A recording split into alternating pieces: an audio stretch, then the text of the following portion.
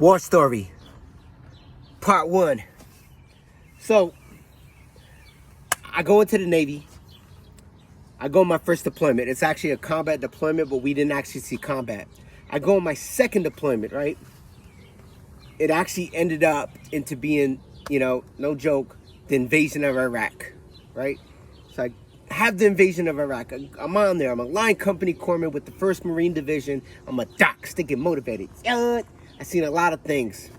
Seen a lot of crazy things, in the invasion of Iraq. I seen a whole city on fire in Al Nazariya, right?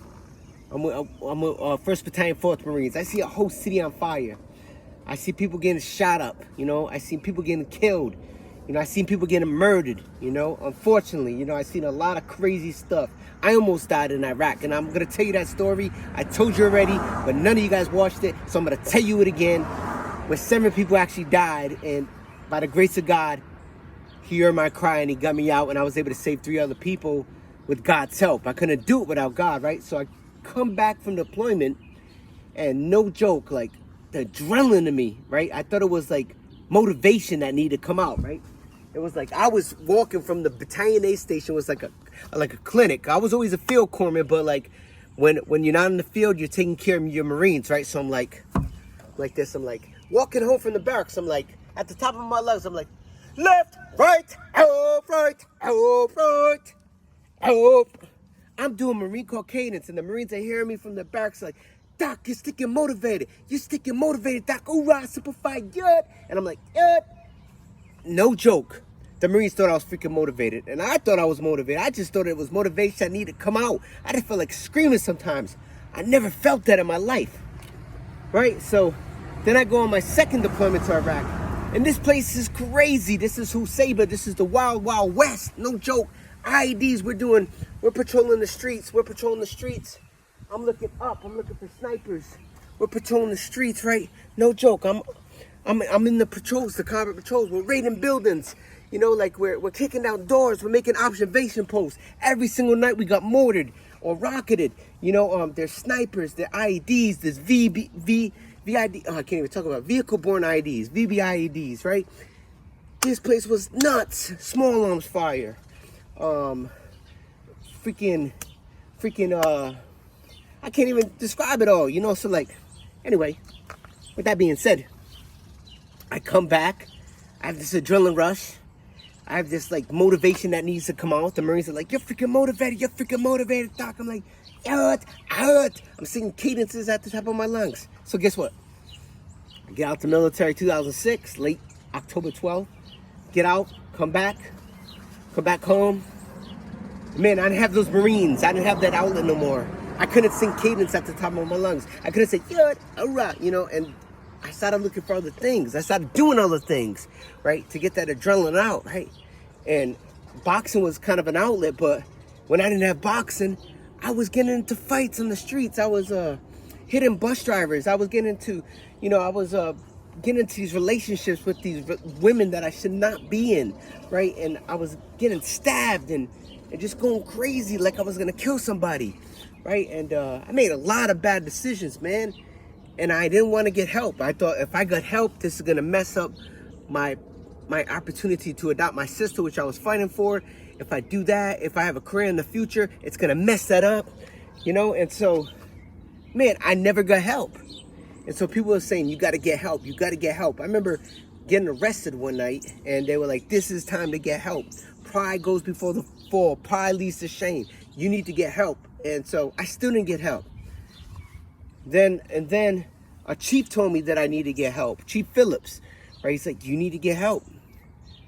I moved to Syracuse. Some things happened there. I reacted and got physical with someone I cared about. The PTSD hurt that individual. And then I was left homeless. And then I come back home and I'm still not getting help. But I tried to get help. And I learned these things. I learned this behavioral cognitive therapy, this thing called the 3 C's. The 3 C's, right? So I swear, one time a bus driver, I was chasing it, and I know this bus driver seen me, and I had a coffee in my hand, and I seen that bus just driving off, right? Let's take a walk. This bus driver is driving off. He sees me. I'm running. I'm like sprinter. And he sees me. And I was about to like, when I see him just keep going, I was like, ugh, you mother.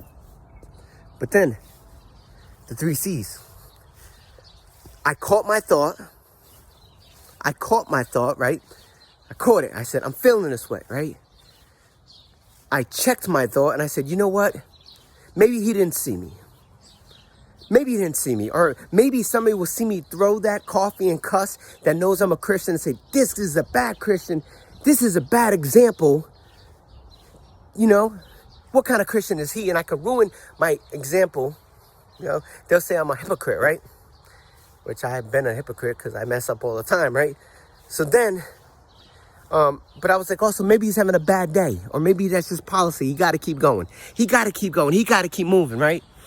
And so then I had to change my thought, right? I had to change it, you know, so I didn't throw the cup of coffee out. Like I was like this, about to throw that cup, right? So that was cognitive therapy, the 3 C's that really changed my life. And I tried to incorporate it during stressful situations. Now, I know I need those outlets. I know I need to work out. I know I need to be in the gym. I love to box. You know, boxing I haven't been doing boxing in a while, but it's something I need to do, right? I think I need my spiritual faith. I need to be praying and listening to worship music and getting a hold of the Lord, you know, to help me. Because, man, I can become very destructive and I can hurt a lot of people because, you know, there's a chemical imbalance in the brain that a lot of you guys don't know about. There really is a chemical imbalance in the brain because we have been veterans, combat veterans, and anybody who's been through a traumatic experience. We've been through traumatic experiences. So, like, where our adrenaline level or cortisone or whatever you want to call it, serotonin levels and all that stuff, right?